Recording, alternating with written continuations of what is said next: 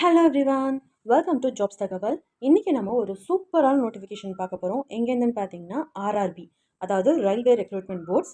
So இவங்க வந்து notification release பண்ணியிருக்காங்க. ஆல் ஓவர் இந்தியாவில் வந்து இந்த ரெக்ரூட்மெண்ட் எடுக்கிறாங்க. என்னென்னு பார்த்தீங்கன்னா அசிஸ்டன்ட் லோக்கோ பைலட். ஸோ இதுக்காக தான் எடுக்கிறாங்க. ஸோ இந்த நோட்டிஃபிகேஷனை நான் வந்து உங்களுக்கு டிஸ்கிரிப்ஷன் பாக்ஸில் கொடுக்குறேன் லிங்க்கு. ஸோ அதை நீங்கள் செக் பண்ணிவிட்டு நீங்கள் அப்ளை பண்ண ஸ்டார்ட் பண்ணிக்கலாம். ஸோ என்ன மாதிரியான குவாலிஃபிகேஷன் கேட்குறாங்க, யாரெல்லாம் இதுக்கு அப்ளை பண்ணலாம், எவ்வளோ பே ஸ்கேல் அப்படின்ற கம்ப்ளீட் டீட்டெயில்ஸை பார்க்க வாங்க வீடியோக்குள்ளே போகலாம்.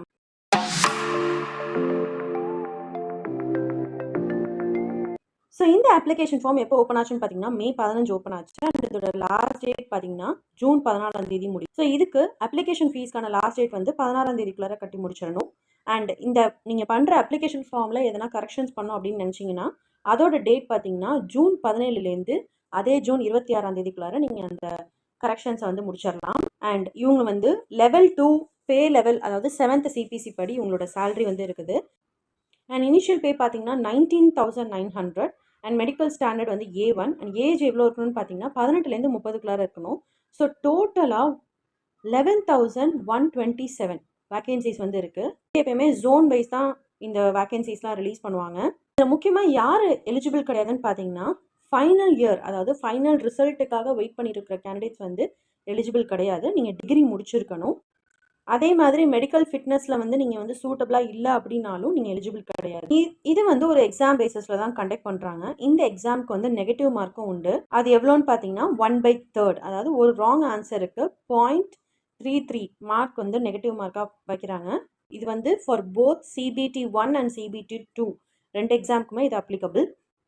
CBTனா கம்ப்யூட்டர் பேஸ்டு டெஸ்ட். அதே மாதிரி உங்களோட காஸ்ட் சர்டிஃபிகேட்டை பொறுத்து நீங்கள் SC/STயாக இருந்தீங்க அப்படின்னா உங்களுக்கு வந்து ஃப்ரீ ட்ரெயின் ட்ராவல் ஃபெசிலிட்டி வந்து ப்ரொவைட் பண்ணுறாங்க. அதே மாதிரி போஸ்டிங் வந்து ஆல் ஓவர் இந்தியாவில் எங்கேனாலும் போடுவாங்க. அதை போட்டதுக்கப்புறம் உங்களுக்கு வந்து ட்ரான்ஸ்ஃபர் எதனா வேணும் நீங்கள் ரெக்வஸ்ட் பண்ணணும்னு நினச்சிங்கன்னா அட்லீஸ்ட் ஒரு 5 to 10 years வந்து அந்த ரீஜியனில் நீங்கள் ஒர்க் பண்ணியிருக்கணும். அதுக்கப்புறம் தான் அதை வந்து அக்செப்ட் பண்ணிப்பாங்க.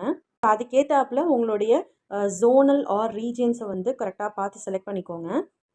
ஸோ இந்த அப்ளிகேஷன் ஃபார்மில் ஃபில் பண்ணுறதுல எதனா டவுட்ஸ் இருக்குன்னா இங்கே காட்டிருக்கிற இமெயில், அதாவது rrb.help@cac.gov.in அப்படின்ற நீங்கள் இமெயில் ஐடிக்கு இமெயில் சென்ட் பண்ணலாம். ஸோ அவங்களோட டைமிங்ஸ் பார்த்தீங்கன்னா 10 AM - 5 PM எல்லா ஒர்க்கிங் டேஸ்லையும் பண்ணுறாங்க. அதே மாதிரி இந்த ஃபோன் நம்பருக்கும் நீங்கள் கால் பண்ணி உங்கள் டவுட்ஸை கேட்டுக்கலாம். அதே மாதிரி மெடிக்கல் ஃபிட்னஸில் என்னெல்லாம் வந்து கன்சிடர் பண்ணுவாங்க, எஸ்பெஷலி விஷன் ஸ்டாண்டர்ட்ஸ்க்கு அப்படின்றத கொடுத்துருக்காங்க. அதே மாதிரி ஏஜ் ரிலாக்ஸேஷன் கொடுத்துருக்காங்க ஒவ்வொரு காஸ்ட்டுக்கும். ஸோ அப்ளிகேஷன் ஃபீஸ் பார்த்தீங்கன்னா, அதாவது எக்ஸாமினேஷன் ஃபீஸ் பார்த்தீங்கன்னா 500 rupees for first stage CBT. இதே SC/ST, ex serviceman, female, transgender, minorities or EBC, அதாவது எக்கனாமிக்லி பேக்வர்ட் கிளாஸ், இவங்களுக்குலாம் பார்த்தீங்கன்னா 250.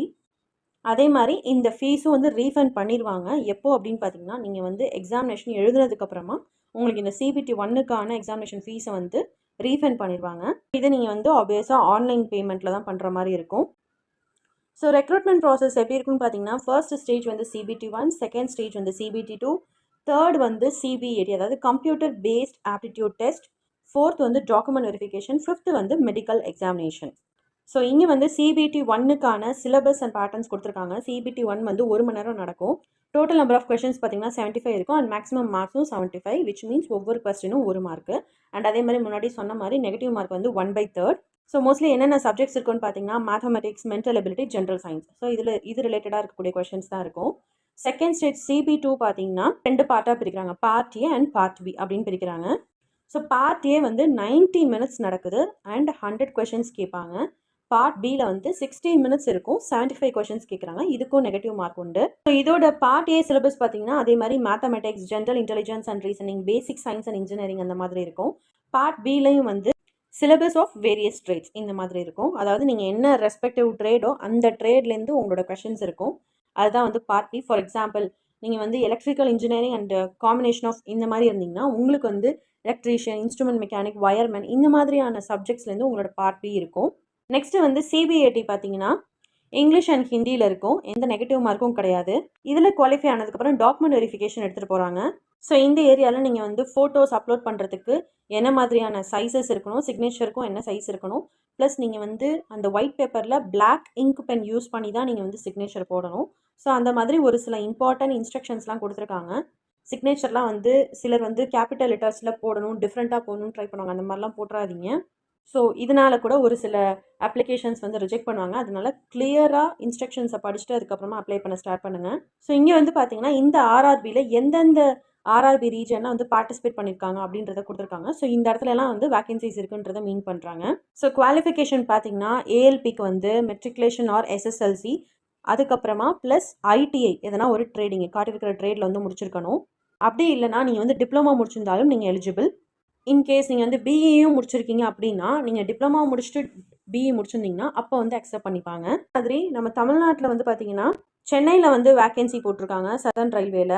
இந்த நோட்டிஃபிகேஷன் வந்து உங்கள் எல்லாத்துக்குமே ரொம்ப யூஸ்ஃபுல்லாக இருக்கும். பிகாஸ் யாரெல்லாம் வந்து டிப்ளமோ முடிச்சிருக்காங்களோ, பிஇ முடிச்சிருக்காங்களோ, ஐடிஐ முடிச்சிருக்காங்களோ, இந்த மாதிரி எல்லாத்துக்குமே இது வந்து ரொம்ப யூஸ்ஃபுல்லாக இருக்கும். அண்ட் நிறைய பேர் இது ரொம்ப ஆவலாகவும் வெயிட் பண்ணிட்டு இருந்திருப்பாங்க. ஸோ இது உங்கள் ஃப்ரெண்ட்ஸ் சர்க்கிள்க்கும் ஷேர் பண்ணுங்கள். இந்த நோட்டிஃபிகேஷனில் எதனா உங்களுக்கு டவுட்ஸ் இருக்குது அப்படின்னா தாராளமாக எனக்கு வந்து மெசேஜ் பண்ணுங்கள் ஆர் மெயில் பண்ணுங்கள். நான் வந்து அதுக்கான என்னால் முடிஞ்ச வரைக்கும் நான் அந்த டவுட்ஸ் வந்து கிளாரிஃபை பண்ண ட்ரை பண்ணுறேன். தேங்க்ஸ் ஃபார் வாட்சிங்.